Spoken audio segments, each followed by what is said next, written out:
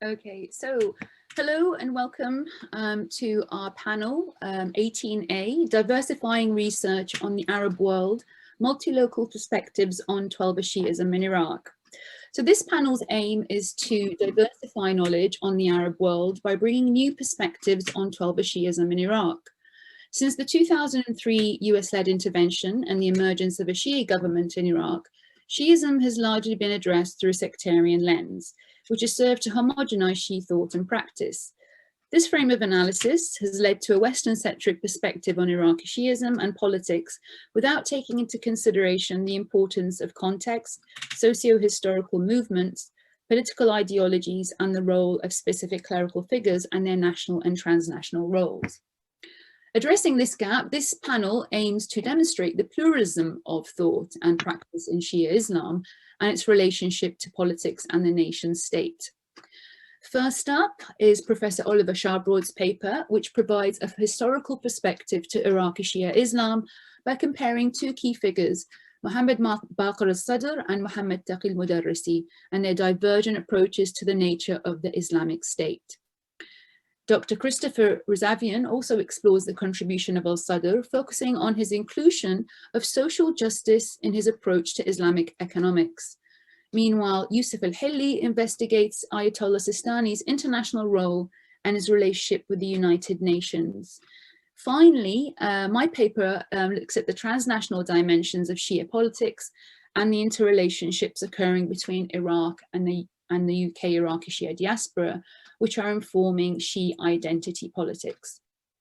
So feel free to drop in your questions into the chat function as and when they come up, and then hopefully we can take them up in the Q&A session later on.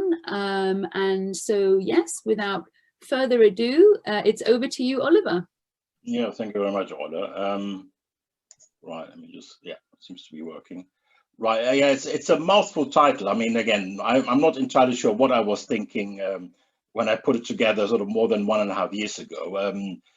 So I mean, suppose in a nutshell, rather than reading out this title, it's, you know, what I'm going to present is to see how sort of early actors in Shia Islamism, you know, two quite crucial figures, Baqir al-Sadr and Taqi al-Mudarrisi, engage with, if you like, the ideological repertoire and the terminology of Islamist, sort of nascent Islamist thought as it emerged in a Sunni context, and sort of looking a little bit at how sort of they try to make it fruitful and incorporated it in sort of their vision of what an Islamic state is supposed to be. So yeah, sort of the reception of the sort of ideological repertoire of Sunni Islamism within Shia political thought, in particular, sort of two important figures, and I think understudied figures in the development of Shia Islamism more generally. I think a lot of focus has been on Iran, understandably, but you know, the debates happening within the Iraqi context that actually have proven quite influential are usually overlooked. So yeah, two figures, Muhammad Baqir al-Sadr, and I'm going to look at sort of a document he produced when he sort of entered sort of political debates, Usus ad-Dawla al-Islamiyya, which, you know, he probably produced, you know, between 1957, 1960. I mean, the document itself is like a collection of sort of short paragraphs or sentences where he sort of outlines, as he would say, you know, the basic principles of an Islamic state. And I'm going to compare with another figure who's even lesser known, but again, quite influential, as I would argue, Muhammad Taqi al-Mudarrisi, who, you know, was the leader of a distinct Islamist movement coming from Iraq, and he sort of developed his idea of an Islamic state in his book Al-Qiyada al-Islamiyya, which he sort of started to write in 1969 and sort of was published in 1970. And I suppose what I'm trying to do is to sort of, you know, connect, you know, identify how both figures sort of incorporated Sunni Islamic studies, but also to contextualize it to some extent in terms of what was going on in Iraq at that time and the sort of the wider sort of geopolitical developments in the Middle East. I mean, as much as is possible within this short presentation, obviously. And yeah, just a sort of a little bit of advertising. You know, the paper has been, in the meantime, has been published in the Journal of the Royal Asiatic Society. It's open access, so you can just download it freely if you want to sort of have a bit more information. And the article is part of a special edition or special issue of the journal that I'm co-editing with a colleague from King's College, Dr. Humaira Iqtidar, where we're looking at sort of the diffusion, if you like, of key Islamist concepts within Sunni and Shi'i Islam. So there were, I mean, some of these papers have already, articles have already been published online. We hope we'll have the whole edition sort of ready for print next year, and there will be a kind of a discussion, a kind of epilogue of Professor Muhammad Qasim Zaman. Right. Yes, I mean, a key term that I'm going to focus on, and that has become a kind of like a staple concept of modern Islamist thought, is the notion of divine sovereignty, and the idea that an Islamic state needs to embody this key principle that God, is the ultimate cosmic, moral, legal sovereign, and, the sort of core theological doctrine of Islam, and the needs in their argumentation. I mean, Maududi obviously sort of pioneered this. Said Qutb was very much influenced by Maududi's ideas and sort of popularized them within the Arab world. The notion that the divine sovereignty needs to be translated into the political realm, that a state that assumes sovereignty belongs to the people. And again, Maududi clearly here responding to sort of notions of popular sovereignty, of democracy, is sort of against the principles of Islam. God is the only legislator. Any kind of law that doesn't stem from God is sort of not accepted, as illegitimate. Any political system that assumes that anybody else than God can assume sovereignty or exercise the sovereignty in a state is basically idolatry, shirk. And Sayyid Qutb obviously is a figure who would sort of articulate this in a sort of more polemical forms. Now, obviously, the whole debate is, how is this then sort of implemented? Okay, you say the Sharia is the source of law and legislation.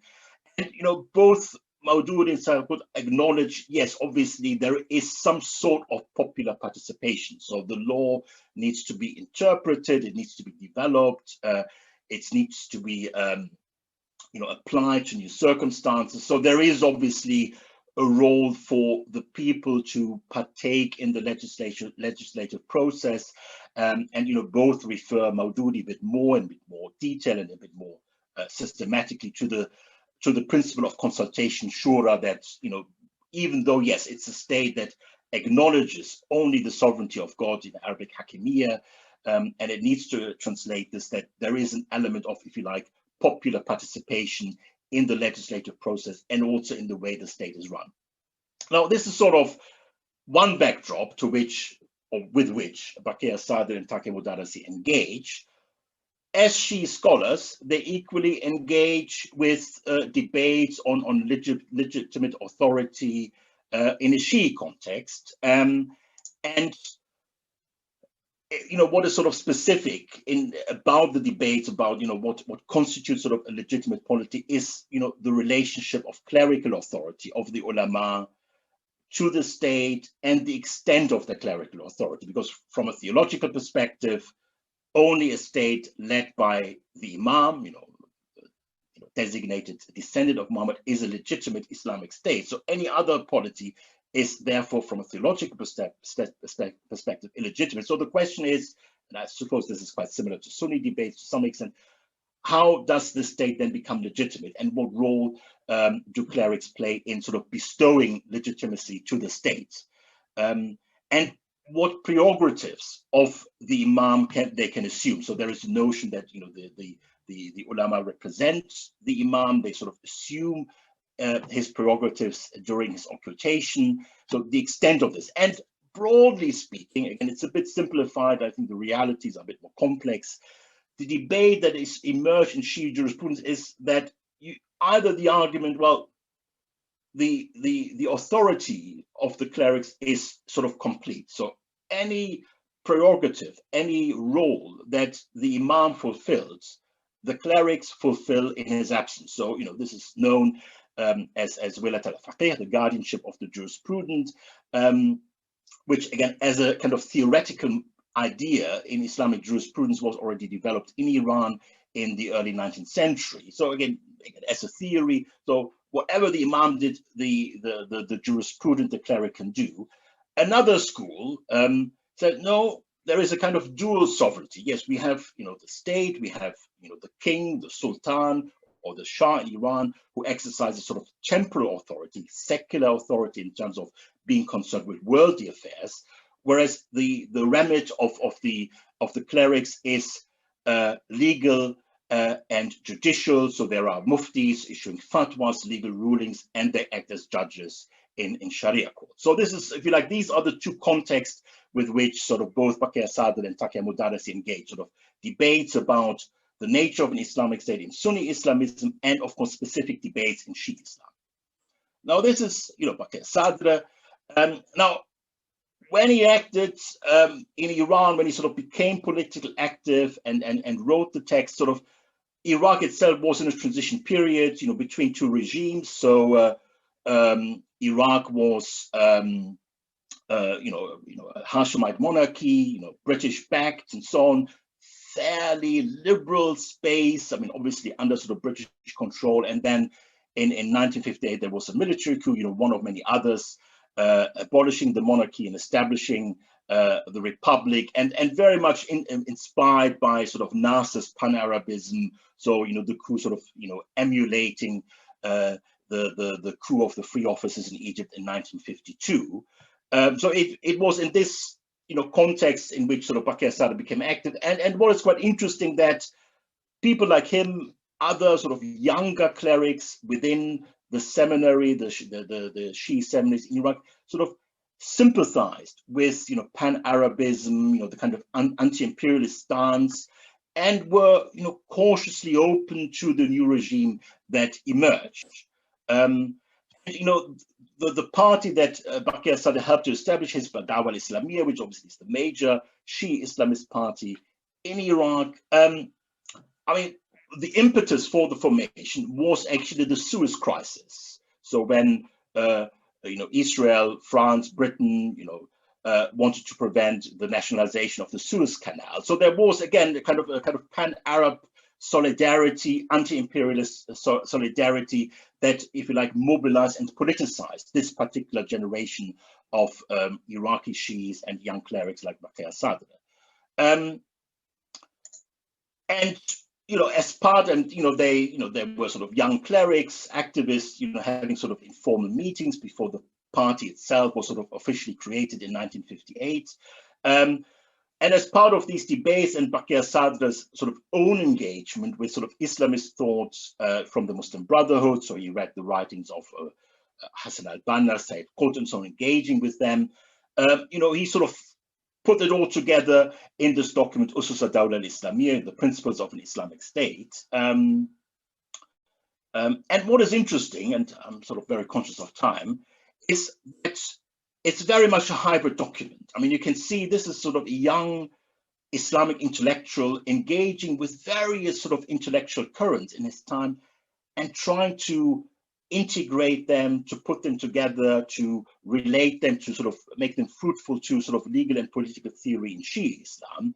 And it oscillates between, on the one hand, what we might call sort of kind of utopian notions of the political space in Islamist thought, so the notion there's a global ummah and Islam needs to be united and so on, and the rejection of sort of non-Islamic ideological foundations of a state, and a traditional pragmatism, sort of recognizing the reality of the modern state, the modern nation state, and its coercive power, and trying to create a niche for clerical authority and also for the party you have to establish in these debates.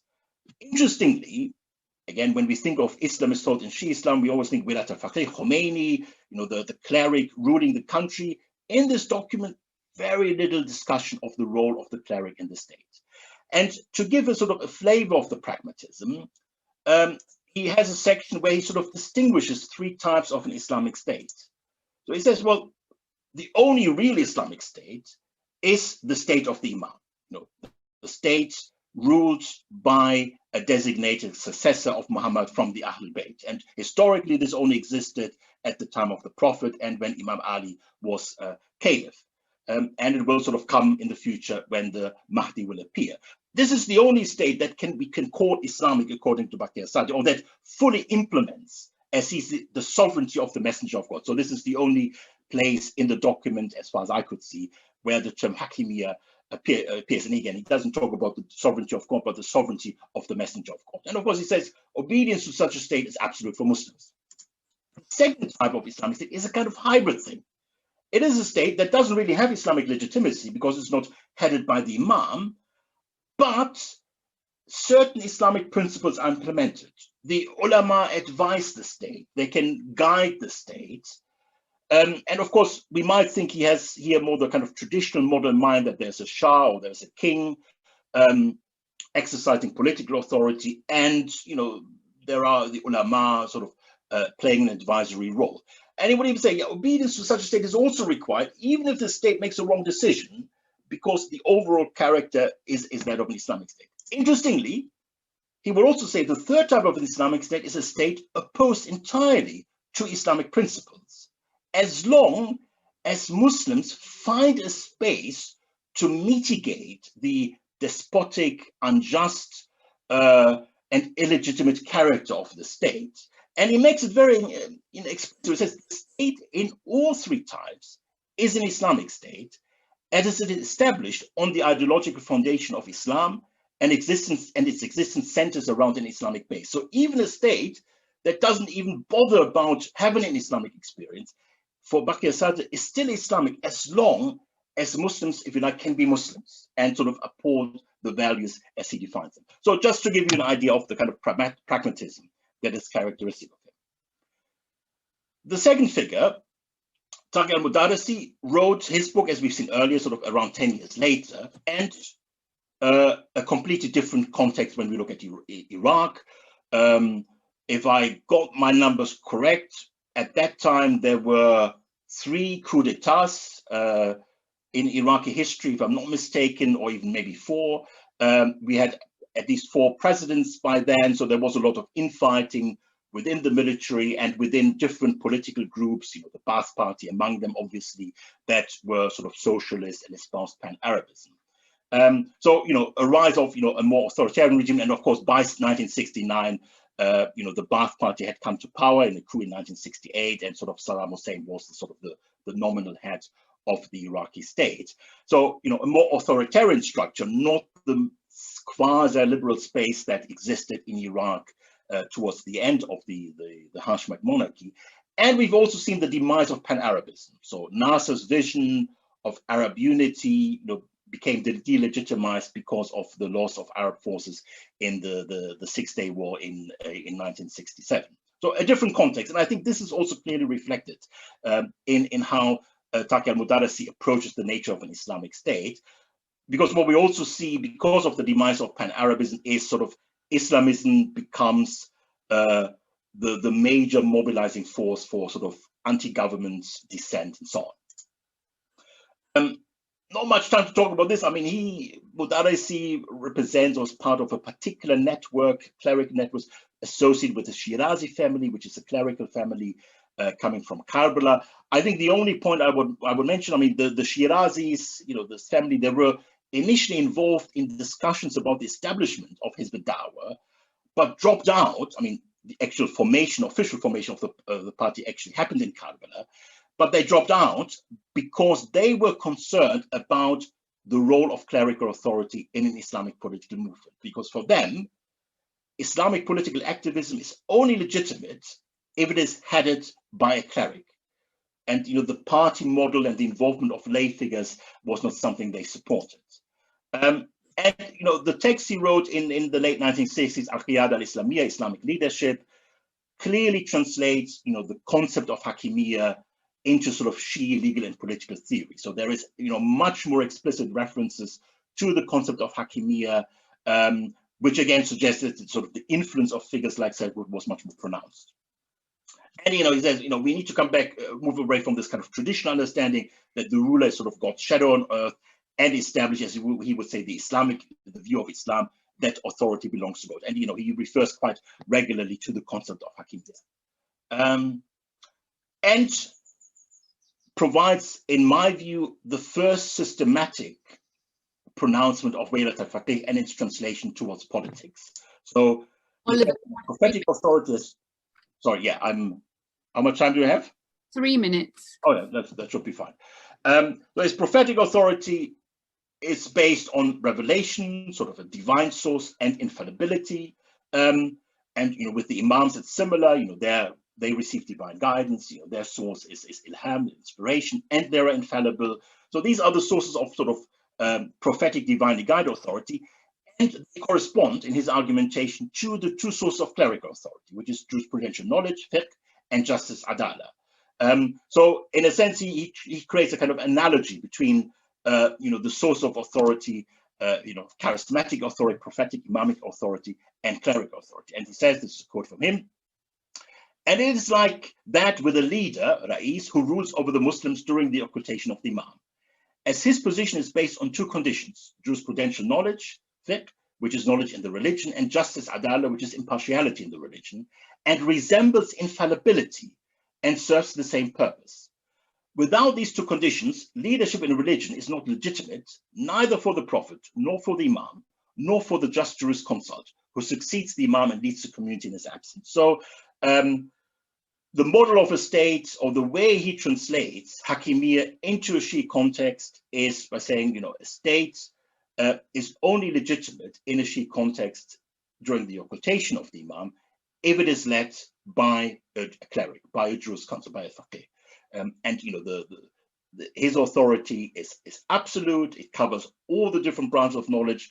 Whereas Maududi said, would at least acknowledge shura. He says, no, there is no way for shura. The just jurisconsult is the peak of the state. The aspirations of the people become manifest in him. So, if you like, a much more categorical, totalitarian, and also revolutionary understanding. So there's not really any compromise. It's either this state and any other form is illegitimate. Now, to conclude, we got some indication, again, there's a bit more detail in the paper, the published paper, of the shared ideological repertoire between Sunni and Shi'i Islamists, how certain ideas developed within Sunni Islam were sort of incorporated by early Iraqi Shi'i Islamists, and we've seen also the different ways they have been incorporated. If we sort of compare Baqir al-Sadr and Taqi al-Mudarrisi, we can see sort of a shift from a kind of traditional model of dual sovereignty. Yes, there's the state, it does its own thing, and we sort of need to ensure that the clerics are still relevant. They can exercise their authority in the state. They are not controlled by the state. They retain their autonomous position. And a reading, provided by Taqi al-Mudarrisi, sort of adopting, if you like, these kind of utopian, revolutionary understandings of hakimiyya and translating it into a Shi'i context, and sort of providing the first, as far as I know at least, first systematic articulation of the idea of Waylat al-Faqih in a much more, of course, Khomeini would make a similar intervention a year later or around the same time, but Taqi al-Mudarrisi's understanding is much more detailed. And of course, what was changing? Yes, the geopolitical context was changing in the Middle East and Iraq. Iraq turned more authoritarian, so there was less compromise, less public space available to negotiate this, at the time of Taqi al-Mudarrisi. And, certain ideological formations such as Pan-Arabism have been delegitimized, and Islamism became sort of the alternative if you wanted to oppose existing autocratic regimes. Right, I'll leave it there. Thanks a lot for your patience. Thank you, Oula. That's fascinating, and I'm sure we're going to get some questions on that later. Okay, so up next, Dr. Christopher, over to you.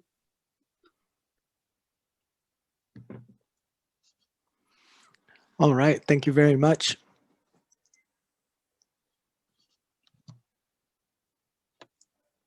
So my paper is titled Muhammad Bagher Assad on Islam and Social Justice. One thing I'd like to make clear in the beginning is what I mean by social justice, because I know that the term has kind of developed to take on a broader meaning now. Social justice, as discussed in the works of Muhammad Baqir Assad and during the earlier part of the 20th century more broadly, is equivalent more to distributive justice. So basically meaning like sharing wealth, debates about the welfare state, income redistribution, and things like that.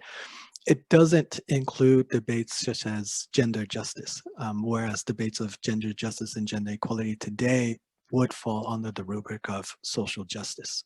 So just want to make that clear. So who was Assad? He was as we just heard, a very influential Islamist thinker in the early 20th century. I won't go too far into his background, but just to kind of focus in on what I think is relevant to the paper. And I think what really sets Muhammad Baqir Assad apart from other Islamist thinkers of the time is his deep contribution to jurisprudence. To the extent that I would say his works overshadow probably even the works of someone like Ayatollah Khomeini in the Iranian Hausa in terms of legal jurisprudence. So he's quite influential in that sense, quite an accomplished thinker when it comes to legal works. His influence is probably overshadowed by his teacher, Ayatollah Khoi, who is arguably probably the most influential scholar within the last century in terms of works of usul and fiqh. But as a close student, Muhammad Baqir Assad is influential as well. And I think the reason that is quite important is because he's one of the few people that was both accomplished in legal jurisprudence and expanded out to other social concerns.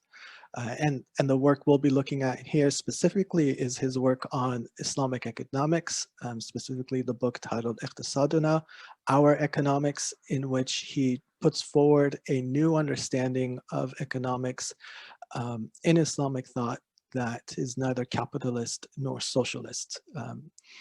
And the reason he does that really is because the welfare state and issues relating to social justice were hot topics after World War II.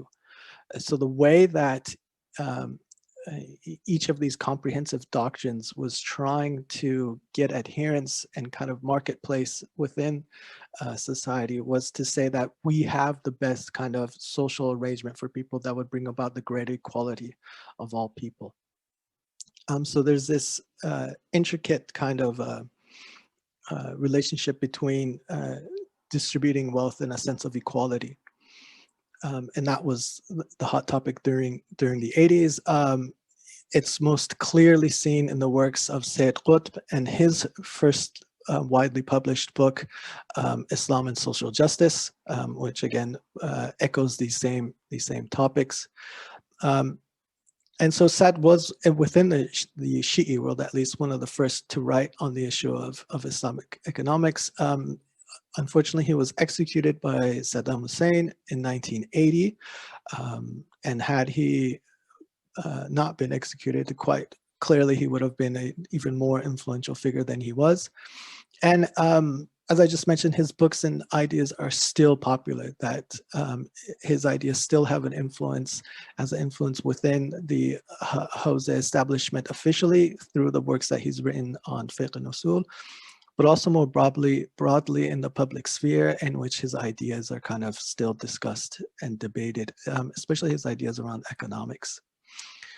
So just the 3 key points that I want to make in this presentation, and I hope you'll take away from this presentation really. The first point is, and I think it might be my most contentious point, is really that concerns for social justice are modern and not classical. I'm specifically using the word classical here to refer to after the formative period of Islam, where we, like during the Abbasid era, where we get these classical institutions such as fiqh and philosophy, but and more specifically philosophy here, where really a sense of that inequality is justified seeps into the works of Muslim workers, Muslim thinkers, specifically through the Neoplatonic tradition and the works of Farabi and others, that we'll get into in a moment, but also through the Iranian tradition, through just the practical works of running the state.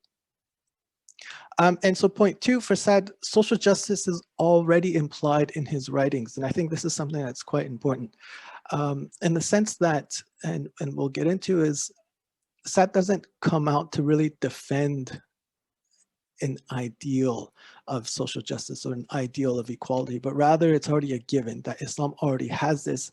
And all he's trying to do is kind of elaborate on how this looks like.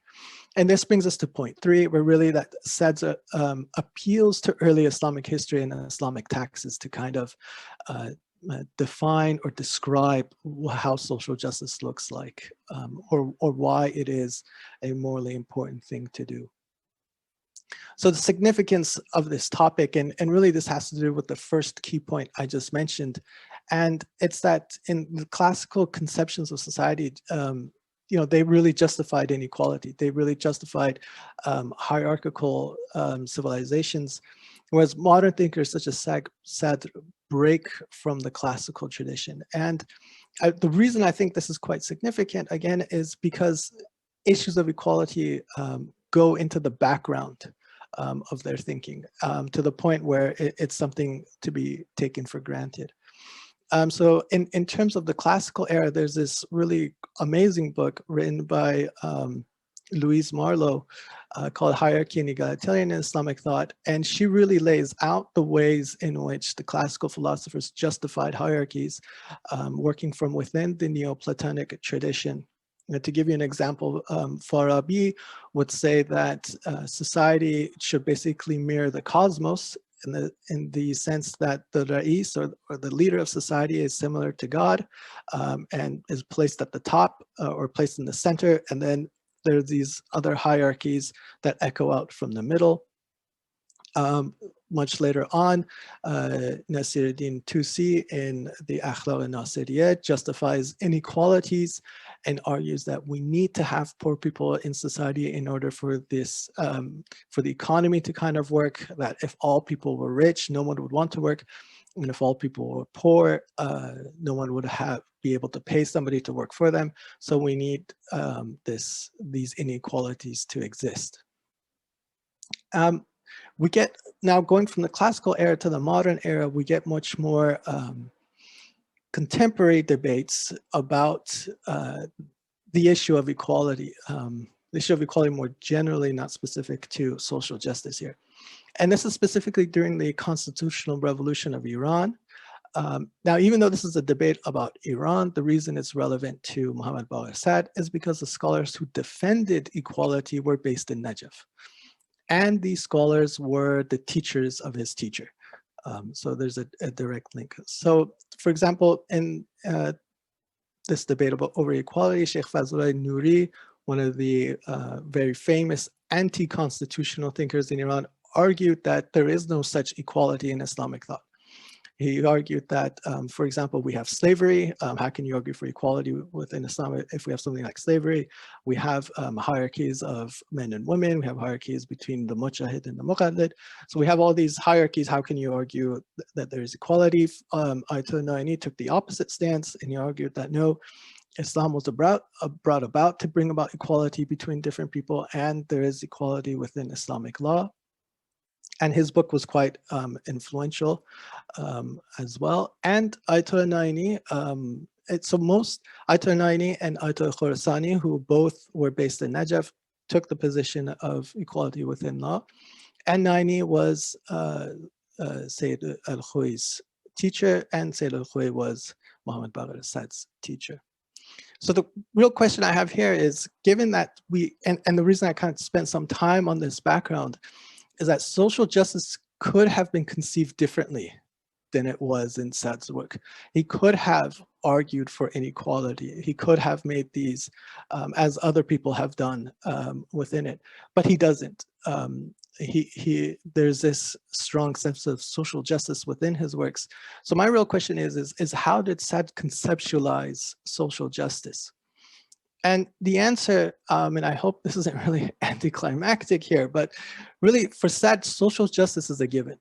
And I think this is probably one of the most interesting points in the sense that it's so obvious for him, it's so prevalent for him that he doesn't need to defend it anymore. He doesn't need to say why we should redistribute wealth or why we should, it's just something clearly that's for him. And the way he does this though, is actually to refer to earlier Islamic history. So the more formative periods of Islamic history, the life of the Prophet and the life of the Imams, and to refer to Islamic taxes such as zakat as being of things that show how social justice looks like within Islamic thought. And so this referencing early Islamic history is why I kind of labeled the difference between modern and the classical era, because some people such as Michael Cook argued that there were greater sensibilities towards equality in the formative eras than there were in the later classical period, and that modern scholars tend to go back to that classical era in order to show the greater conceptions of social justice and equality. So Sadr's conceptualization of economics really has 4 theses and 3 principles. And it's within this broader conceptualization of economics that his sense of social justice takes formation, or the way that we can see, the place that social justice plays within his greater overall arching approach towards economics. And so his 4 theses are that, first of all, economics is a madhab, it's a doctrine and not a science. And that's actually a very good observation of the way in which Islamic economics was debated at the time. If you look at economic works now, it is very much, trying to be a science. If you work at, macroeconomics or microeconomics with all the charts and supply and demand and the derivatives. So it's very much trying to be a science, but for the way that Sadr's debating it is very much based on moral precepts and moral debates about these issues. And the second thesis is really that it is based on the idea of justice. The way that the economics should be formed, they should lead to a just society. And the way that this justice is defined is through Islamic law. And so Islamic law is the preferred way to define Islamic economics. And I think the 4th point is quite an interesting point, and one I think which separates him from even contemporary thinkers, is that Islamic economics is based on discovery, not on formation. And that really has to do with the way that he sees Islamic law as being the preferred way to do economics. So everything that Islamic economics needs is already to be found in the tradition and the tradition literature. So the role of the faqih is really to discover these points and to take it out from the text rather than to give a new formation about what these things should look like. I just want to make a point here that this is quite different to another contemporary thinker at the time, Murtaza Mutahari, who argued the opposite, who argued that justice is a main principle and we form Islamic thought based on the principle of justice. So it's less of a discovery, more of a formation, whereas for Sadr, it's the other way around. Islamic economics is based on discovery. So now this leads us to these 3 basic principles of Islamic economics that kind of come to form the foundation of economics that he's describing. One is a multifold view of property. This basically means that there are more types of ownership than just private property. So there's private property, public property, and state property. There's also limited economic freedom in the sense that what's important is Islamic law doesn't allow for laissez-faire capitalism where you can do whatever you want as long as the property is owned by you and you're free to do that, but rather there are moral prerogatives for wealth sharing So basically, you're supposed to share your wealth with other people. And he considered this a moral attachment to people within your community, so other Muslims living in the Ummah. And there are limits put forward by the Sharia, for example, limits on usury and riba, that there are certain things that you cannot do. Now, the third point really here is that social justice is the third kind of basic principle within Islamic economics. And this is based on, he kind of tempers it by saying it's really based on realism. What he means here is that we cannot bring about a completely equal society. That would simply be unrealistic. And he criticizes Marxist thinkers for that assumption that we could have a completely equal society. I mean, considered to be simply unrealistic, that there will be to a certain extent imbalances between different people. But he also argues that social justice is a moral imperative, that we have an obligation to each other within society to help the less advantaged within us, and related to point 2, that we should share our wealth. So now the way that he does argue for social justice and the points that he's making here, there is no comprehensive argument, right? So when he discusses the point that the principle that social justice is a principle within Islamic thought, it's as if the people who he is writing for already agree to this point, that they've already agreed that yes, social justice is something within Islamic thought, and all he tries to do is give certain examples. So this is quite different to the teacher of his teacher in Naini, which I just showed in the previous slides, who really put forward a systematic argument over concepts of equality and why equality should exist. So for Sad, it's already a given. It's already in the background. Now, just to give 2 examples from the text. This part in the text, when he discusses the principle of social justice, he simply just gives an example. Right, he says, look, social justice is a part of Islam, and the example is this point about the Muhajirin and the Ansar. Look at the time where the Muhajirin, the people who immigrated from Mecca and came to Medina, look at the way that the Prophet told the people who lived in Medina, the Ansar, to kind of share wealth with the Muhajirin, right? This order by the Prophet to kind of share wealth, that already shows that social justice exists. In relation to Islamic taxes, he does the same thing, where he debates, again, about his issues on social justice. He talks about tawazun, or social balance. And he says, look, social balance is a primary part of Islam. And the way he alludes to that is to say, well, we have Islamic law relating to these taxes, such as zakat and khums. So zakat basically is a means to bring about balance, where it's taking from people who have money and redistributing that wealth to people who don't. And this is basically brings about the balance between the two. And so what's, and I think this is what's interesting, is what's not in this text. There is no debate with classical Islamic philosophy.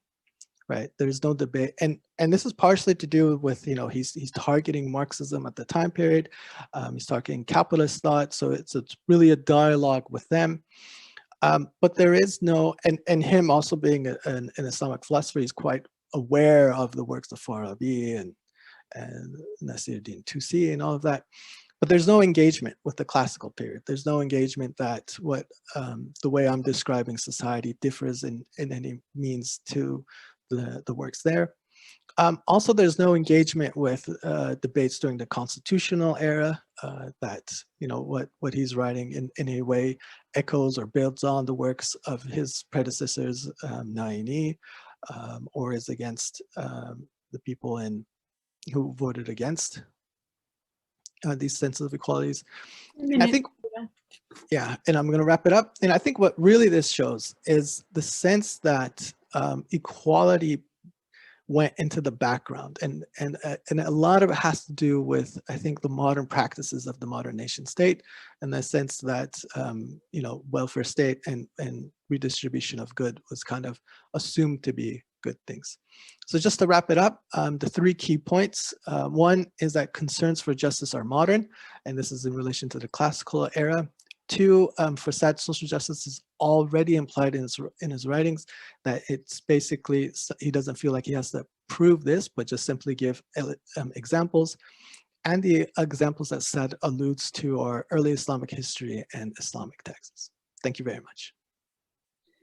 Thank you, Christopher. That was absolutely fascinating, really interesting. I mean, I've got a few questions for you later. Thank you.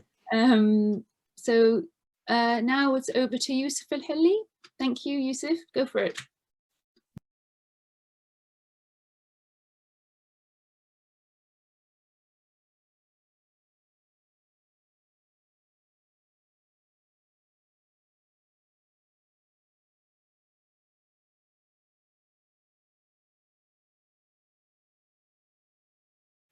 You need to unmute, Yousif.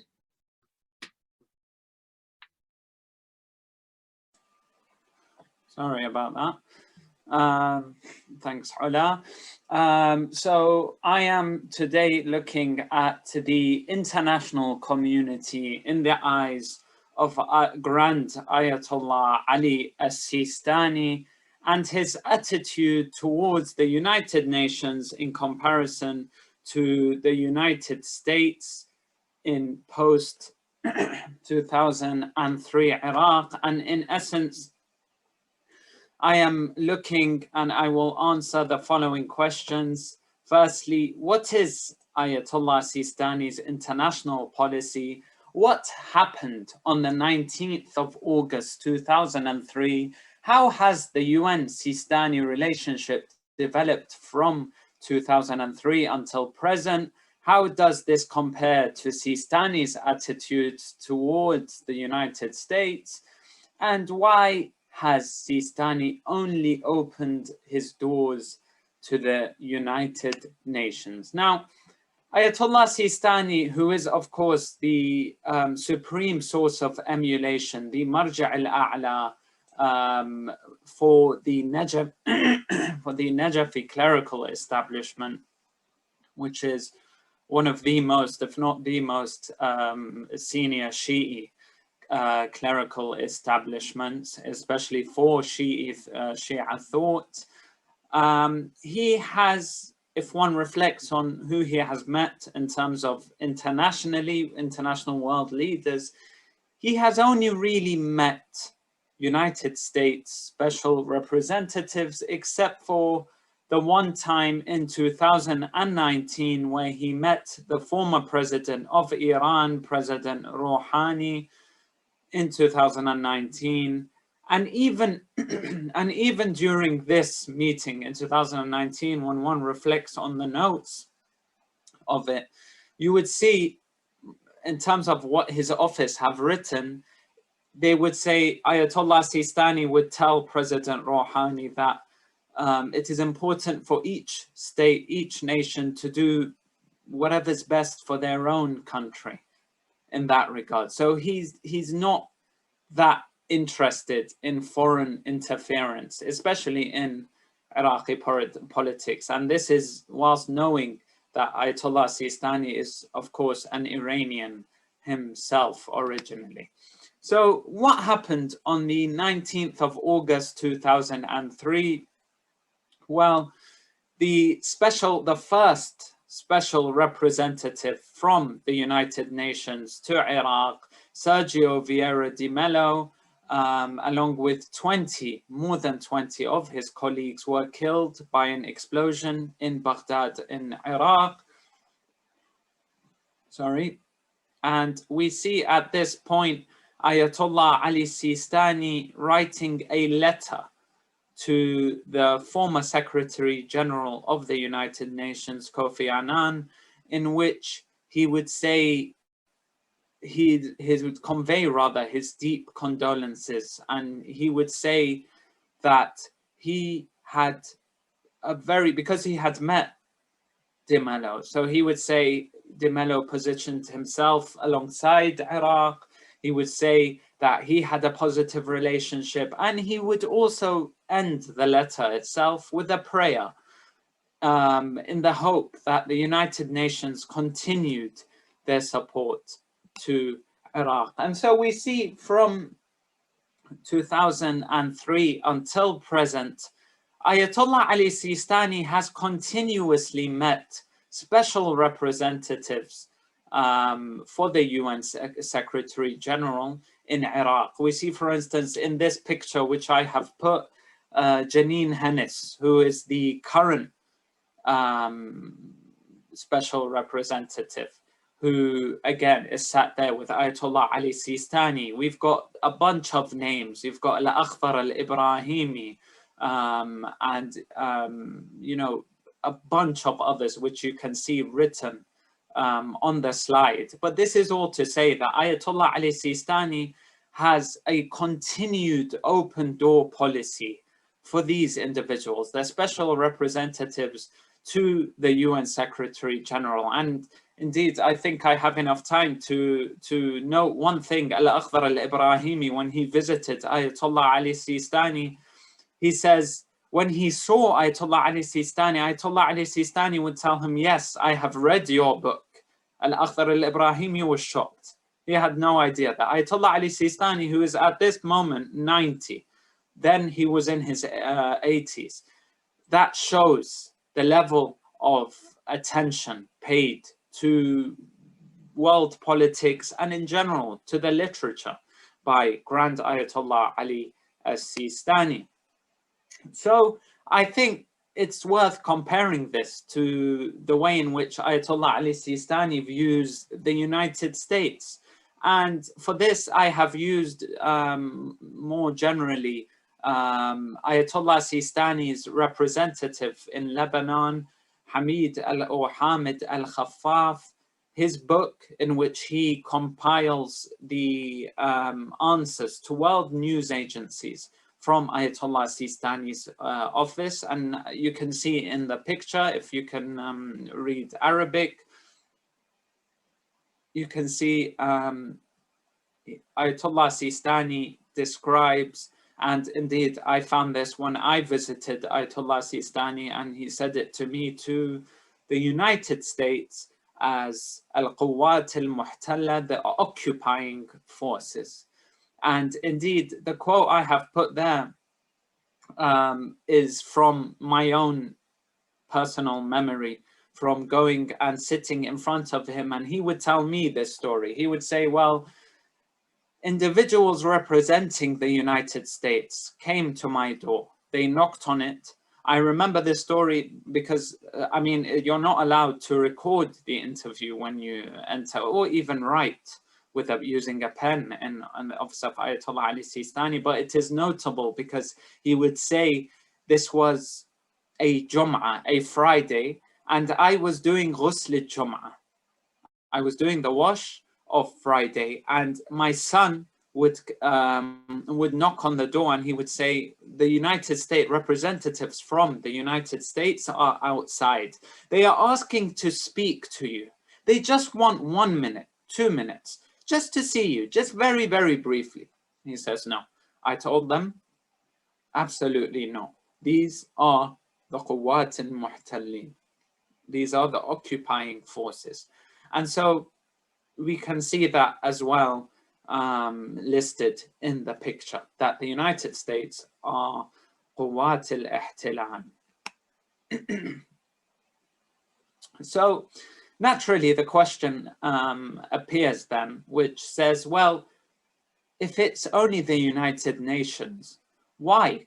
Why has Sistani only opened his doors to the United Nations? And we see this again in these in the book by Hamid al-Khaffaf, where he says, "Tahta madallat al-Umam al-Muttahida." Under every time these individual world news agencies, if it's from Bulgaria, if it's from Denmark, if it's from any country like that, can they send troops? His answer, or his office's answer rather, would be yes, but as long as it's under the supervision of the United Nations. Now, Ayatollah Sistani, as well as his office, know that there is a need to engage with the international community in one form or another. Ayatollah Sistani is not willing, as mentioned, to legitimize the American presence in Iraq, and has, as I mentioned, refused to meet American representatives. He knows that he needs an international conversar, and so the United Nations was the most legitimate actor available for Ayatollah Sistani. And this is, in my opinion, the reason why Ayatollah Ali Sistani has met individuals from the United Nations. And so, to conclude, Ayatollah Sistani, as mentioned, he is a transnational clerical leader. He chooses to speak to the United Nations as he needs an international interlocutor, and he does not wish to entertain the United States as they are Quwat al-Muhtallin, and he views them as that, the occupying forces, perhaps due to the historical relationship between the United Nations and the clerical establishment, the Shia clerical establishment in Iraq and Najaf, which I haven't mentioned, but is notable. Events such as the way in which Iraqi authorities itself and the way in which the foreign authorities treated the likes of Sheikh al-Sharia al-Asfahani, and you look at instances such as the 1991 uprising or the 1991 Intifada. And so I argue that Ayatollah Sistani has taken all of these instances and has used them to further his own understanding and actions when he meets, or doesn't rather meet, international authorities. Thank you for listening. Thank you, Yousif. That was really, really insightful into a figure that's not a lot of people have access to. So that's really a great contribution. And I'm sure we're going to get some really interesting questions. I certainly have some questions around that. So now, finally, my paper. So I'm just going to start sharing. Did you want me to keep time, Oula? Yeah, if you could. That'd be great. Thank you. Okay.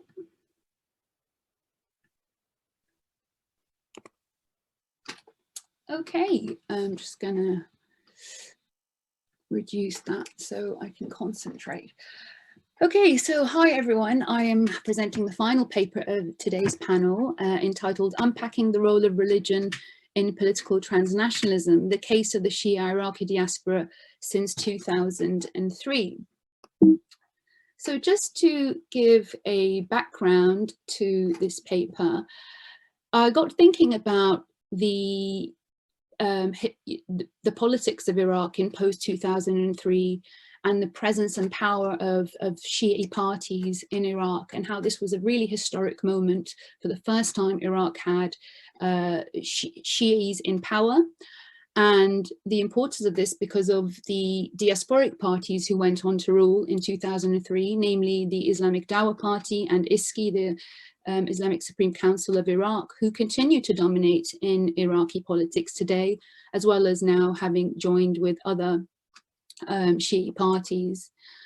But also how, for the first time since 2003, for Shi'is living in the diaspora and abroad, this was the first time that they could return to Iraq and visit their holy shrine cities and imams that are buried there in Iraq.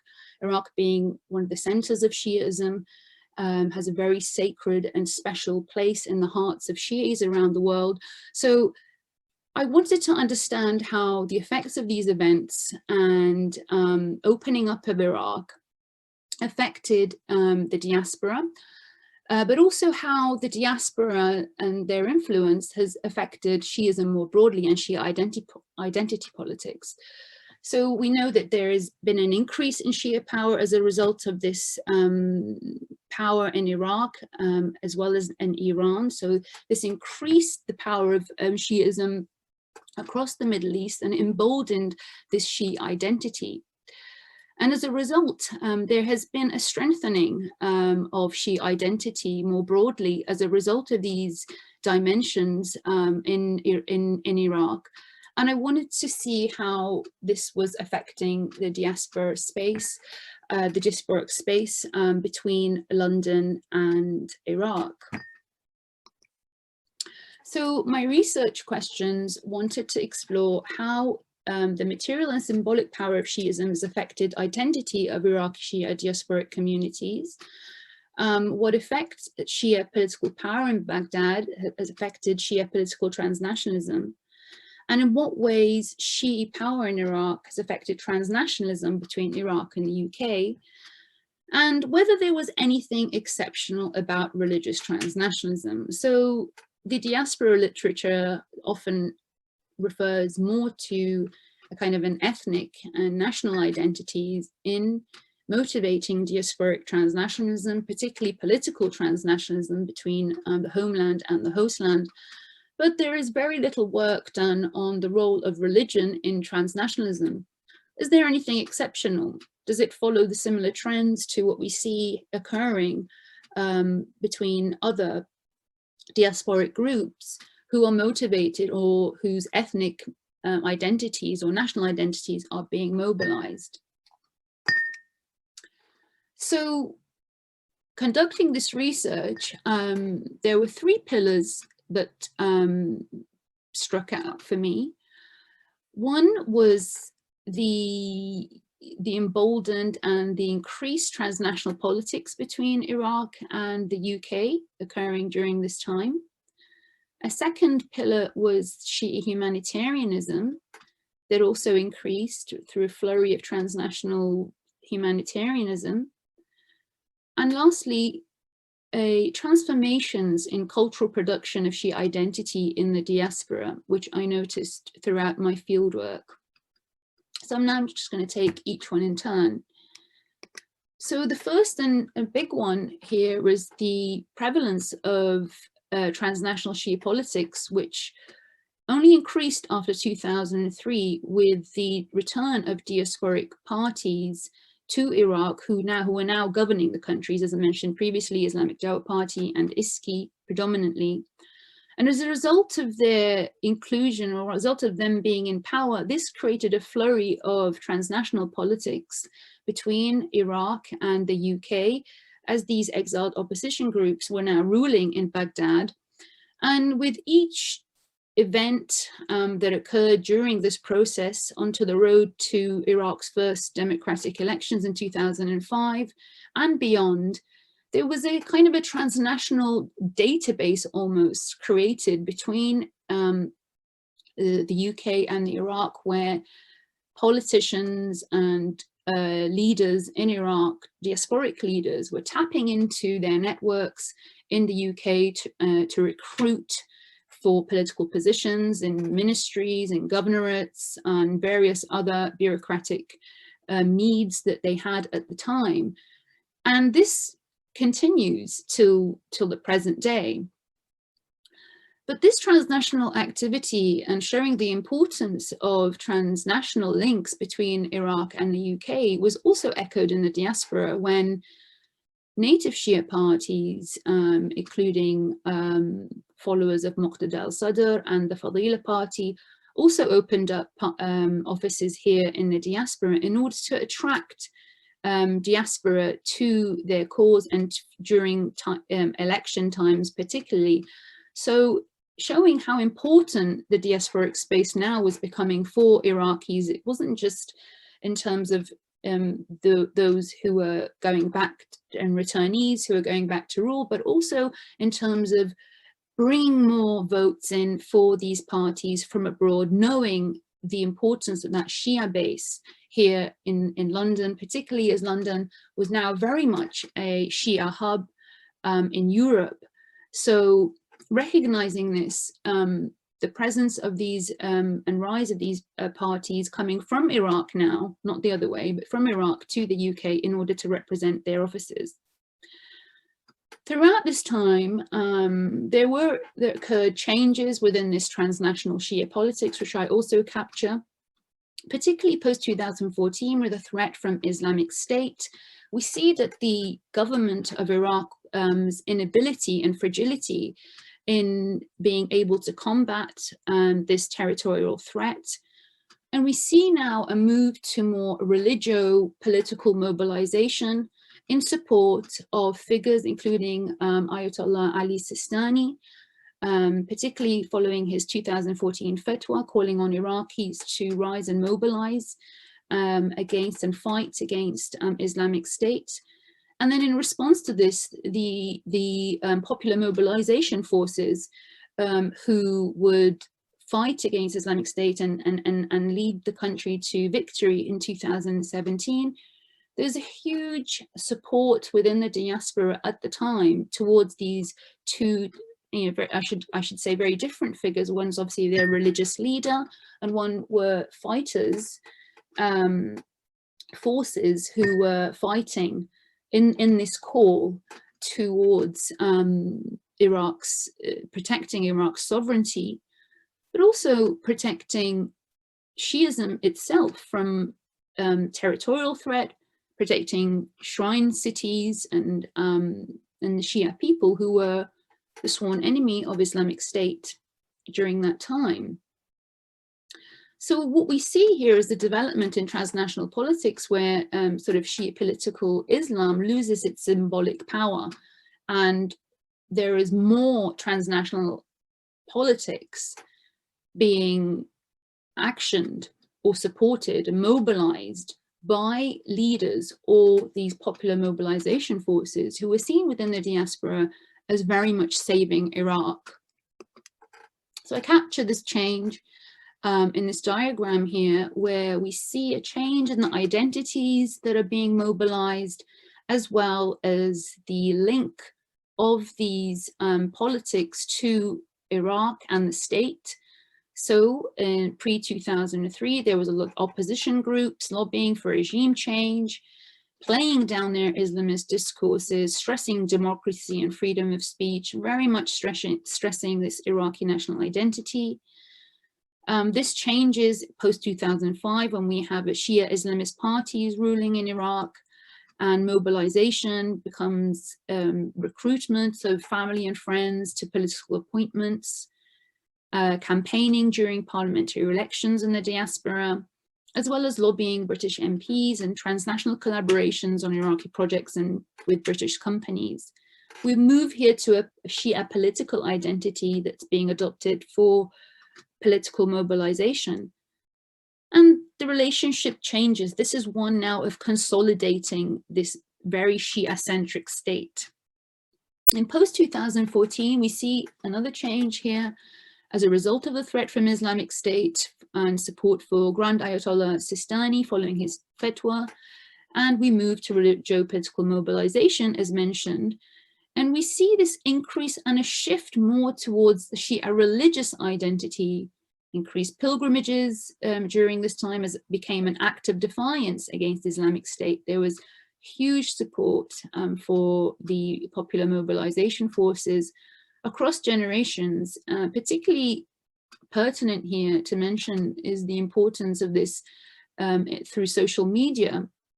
For the second generation, and as many of these popular mobilization forces have are represented on Twitter, where people could actually follow what was happening and show their support through social media.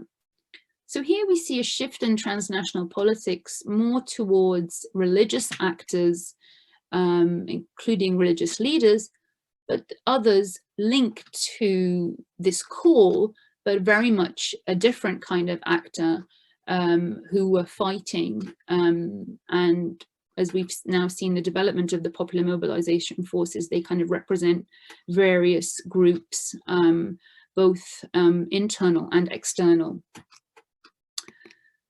So this shift I capture here is a shift that's moved from an Iraqi long-distance nationalism to an Iraqi long-distance Shia Islamism, and finally moved to an Iraqi long-distance Shi'ism. Moving on to the second pillar was rise of Shia civic activism and humanitarianism witnessed throughout my fieldwork. Unfortunately, as a result of the intervention, civil war, and constant conflict that has been perpetrated on Iraqi territory, there has been a large number of orphan children, a large number of widows in Iraq, and this has given rise to a large humanitarian sector in the diaspora that are reacting to addressing the needs of these orphans and widows and those needy in Iraq. So what I've seen here is there has been a rise of these Shia diasporic organizations, both formal and informal, where the bigger organizations, such as the one I put here, Al-Ain, mobilizing within various diasporas across the world, multiple offices, raising money for Shia causes inside Iraq and outside, as well as more informal Shia humanitarian organizations which have mushroomed in the diaspora, whereby groups of social groups will come together, raise for particular, it could be translocal causes, could be for particular family members or friends they've heard of in Iraq who are in need, raising lots of money that then is remitted back to Iraq, either through the like-for-like organizations in Iraq or through local contacts. And what I've seen is that this Shia humanitarianism is very much underlined by its Iraqiness. There is a lot of talk of a Shia crescent, but what I've noticed in the case of Iraqi Shi'is in London, the majority, I would say, are still connected to Iraq, connected to their Shi'ism through Iraq rather than through other Shia causes. There's obviously still lots of going on within the Iraqi Shia diaspora towards other Shia causes, but very much throughout my research, it was underlined by this Iraqiness. But what I'm seeing is that these this Shia activism and humanitarianism, what it's contributing to, are creating these sectarianized geographies, which are very much shaping Shia humanitarian relief. Because it's addressing who and where money is being distributed in Iraq. Often these are connections that are translocal between London and Iraq, from people from London who are connected to their particular places of origin, particular cities, and also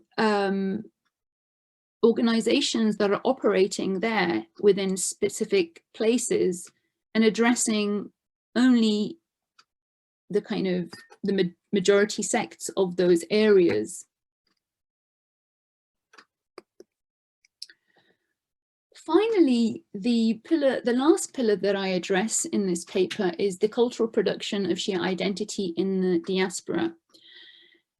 This rise in and strengthening of Shia identity that's occurred and is occurring in the Middle East is also having effects in the diaspora and transformations in the kind of cultural production within the diaspora. And we're seeing really interesting changes and transformations in kind of this kind of almost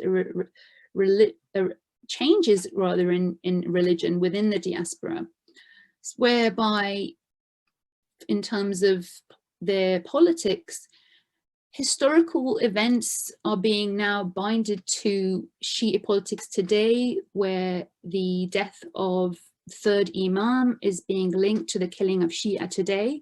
Particularly during the month of Muharram, I noticed that whereas previously this was very strictly religious event, seeing more of this binding of historical events to what's happening today during a march that occurs every year in London during the month of Muharram, where posters are calling on Hussein and Imam Hussein and his using Hussein and the events there to basically link it to the victimhood that Shi'is are facing today. But more than that, there are also these increased Shi'a tourism within the Shi'a community, pilgrimages to holy shrines, to Iran, in Iraq, Azerbaijan.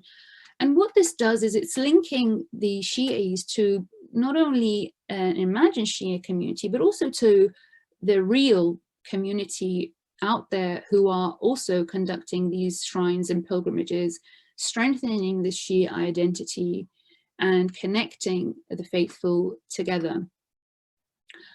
But another really important aspect of this is what I've seen in terms of the holy month of Muharram, where the Shi'is commemorate the commemorations and rituals that are occurring there are also reinforcing Shia identity, but they're changing. Muharram in London, for example, has become a very huge event. And as one respondent put it, it's become like a festival. There are all sorts of programs occurring, and it's an all-night event. Multiple generations are coming, and what's really interesting here is the use of English now, so as to link other generations to their faith. Recitations, lamentations are occurring in English. Second generation are very much taking this into their own hands by organizing lectures that address their needs, and as Shi'is living in the West. And they're finding new ways to express their Shi'ism whilst living not in a Shi'i country. 1 minute. Thank you.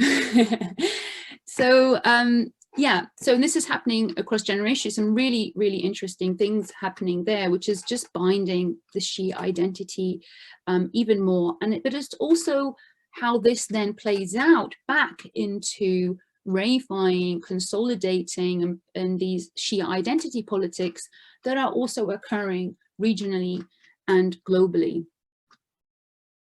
So what my paper shows is how the sources of Shia diasporic transnationalism are not only, located in these sort of very national ideas of hostland and homeland, but they actually are spawned from various different locations.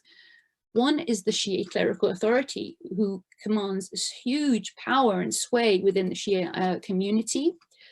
National or international Shia civic activism and humanitarianism, so this mobilization towards Shi'i causes, Shi'i people who are suffering, as well as transnationalism rooted through Shia commemorations and rituals between Iraq and the UK, such as bringing over reciters into the diaspora, really famous reciters here from the Middle East to Iraq, as well as the pilgrimages to Shia holy sites which are occurring, and these are binding people's identities and strengthening their connections to their faith, as well as this idea of a Shi'i nation.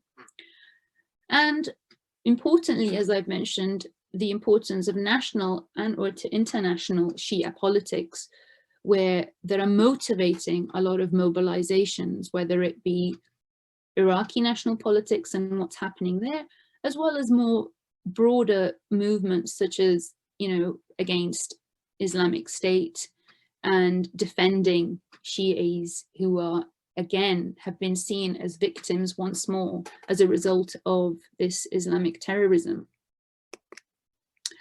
So just to conclude and to highlight some of the implications, I think it's important to note that understanding Shi'ism and Shia identity formation requires adopting a transnational lens, which allows us to see how these parallel processes are occurring and contributing to supranational and national Shia identity politics. The evolution of Shi'ism is not only the result of the dictates of Shia clerical centers, but also the Shi'i transnational field, which includes the holy shrine cities, the national international politics, Shia national international humanitarian relief, as well as Shi'i commemorations and rituals, all of which are playing into the transformations that we're seeing in Shi'ism today. What I argue is that Shi'a transnationalism post-2003 has led to a kind of a sectarianization of transnational mobilization, which is shaping its causes and who its recipients are, as well as its geographies.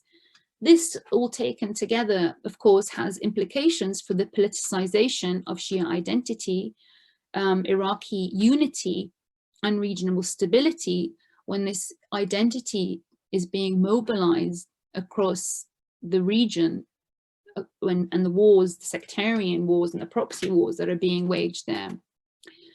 In many respects, we're seeing a transnationalism that is unexceptional in that it echoes other diasporic mobilization, particularly in aspects of development and humanitarianism seen through other national and ethnic identities. However, Iraqi and Shi'i transnationalism is also strengthening the position of Shi'i Islam as the basis of nationalism in Iraq's modern nation state. There are a lot of respondents that I spoke to are actually equating the Shi'ism with their Iraqi nationality, or seeing as two as very much interlinked. What does this mean for how we view Iraqi nationalism today? Also, at the same time, Iraqi Shi'i transnationalism is also reinforcing the position of Shi'i Islam in the world. As it's strengthening this identity, it's becoming, Shi'is feeling very much proud, and there's very much been a Shia revival across the world. Thank you very much.